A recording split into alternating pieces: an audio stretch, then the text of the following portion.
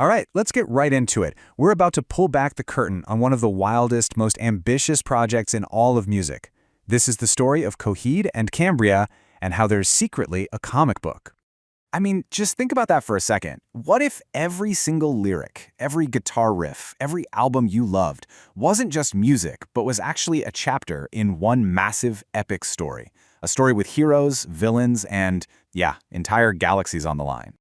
Well, for one band, that's not a what if, it's reality. And we're going to break down exactly how they pulled it off. So, to really get this, we first have to look at what everybody else sees, or, well, hears. What is Coheed and Cambria if you just press play on a song? On the surface, they are a fantastic, critically acclaimed rock band. You get this incredibly complex, intricate musicianship from progressive rock. You know, those long songs that take you on a real journey. Then you smash that together with the raw, emotional energy of post-hardcore. And on top of all that, they write these ridiculously catchy pop hooks that will get stuck in your head for days. Musically, they're an absolute powerhouse, but believe me, that's not even half the story. Okay, and here's where everything changes. This is where we peel back that musical layer and show you what's really been going on this whole time. The Amory Wars. So you're probably asking, what in the world are the Amory Wars? Well, it's a massive, sprawling science fiction saga created by the band's frontman, Claudio Sanchez. And here's the kicker, the part you've got to understand. The music isn't just inspired by the story, the music is the story. Almost every single song they've ever recorded is a chapter in this saga. This isn't just a concept album or two. We're talking about a concept career. The quote really says it best. This isn't just a discography, it's an intergalactic epic.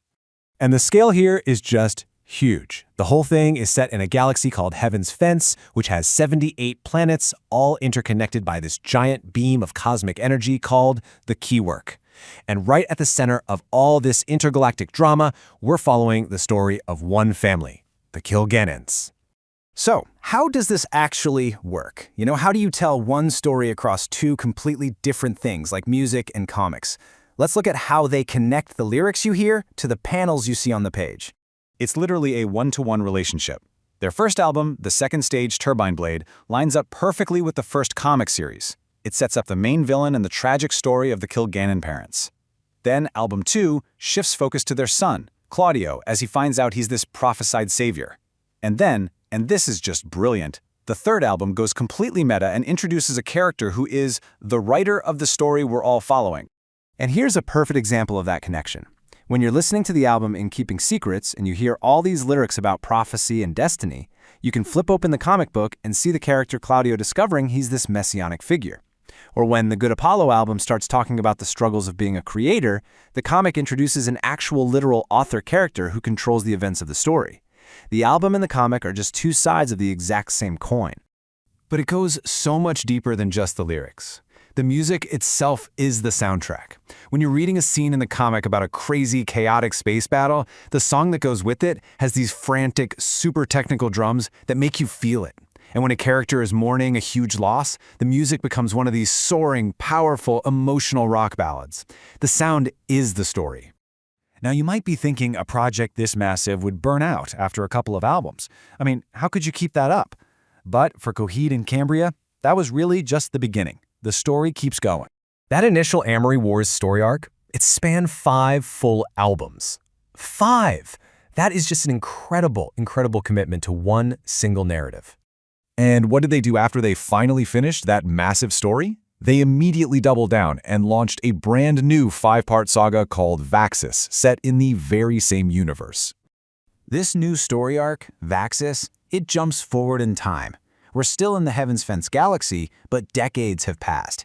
Now we're following 2 new characters, a couple on the run, trying to protect their unborn child, and they're navigating this really dark, decaying part of the galaxy. It's a whole new entry point that proves this world is big enough for more than just one epic. So what does all this add up to?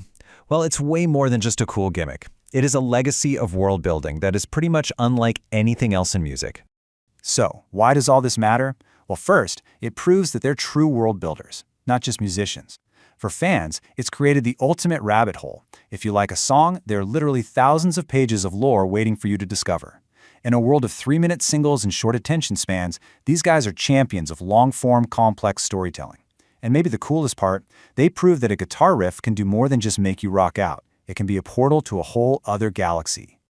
And all of this leaves us with one last, really interesting question. Coheed and Cambria showed us that the result can be absolutely epic. So what if more artists started thinking this way? What if more artists built entire worlds instead of just writing songs?